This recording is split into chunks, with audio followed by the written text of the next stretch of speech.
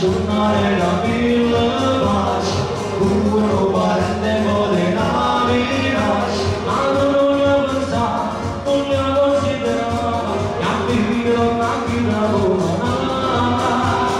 Schiaffo e schiaffo, mangiando di loro, schiaffo e schiaffo, mangiando si fa brucio, vivo a me, ecco va bene, anzi mi muoio.